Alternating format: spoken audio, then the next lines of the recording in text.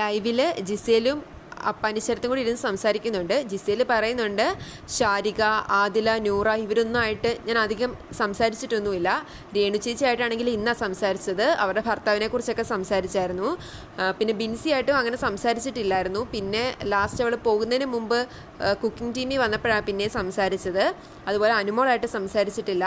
അങ്ങനെ ഒരു 8-9 ആളുകളോട് ഞാൻ അങ്ങനെ സംസാരിച്ചിട്ടേ ഇല്ല. ബിന്നി എനിക്ക് ഓക്കെയാണ് ഗേൾസിൽ. പിന്നെ റെനയായിട്ട് നല്ലൊരു വൈബുണ്ട്. എനിക്കാണെങ്കിൽ അങ്ങനെ ഫേക്ക് ചെയ്ത് നിൽക്കാനൊന്നും അറിയില്ല.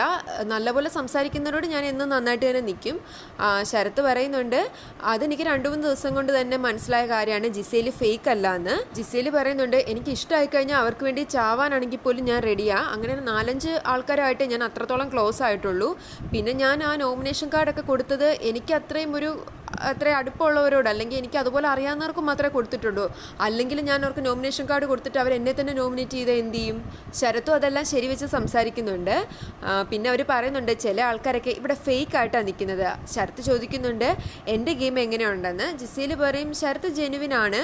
ആദ്യത്തെ ആഴ്ചയൊന്നും അത്ര ഇതായിട്ട് തോന്നിയില്ല. ലാലേട്ടൻ പിന്നെ പറഞ്ഞല്ലോ ദേഷ്യം കുറയ്ക്കണം എന്നൊക്കെ. 3-ാമത്തെ ആഴ്ച തൊട്ട് ശരത്ത് ഓക്കെയാണ്. ഇപ്പം 4-ാമത്തെ ആഴ്ച ക്യാപ്റ്റനായി, എന്തുകൊണ്ടും ഇപ്പം നല്ലതാണ്.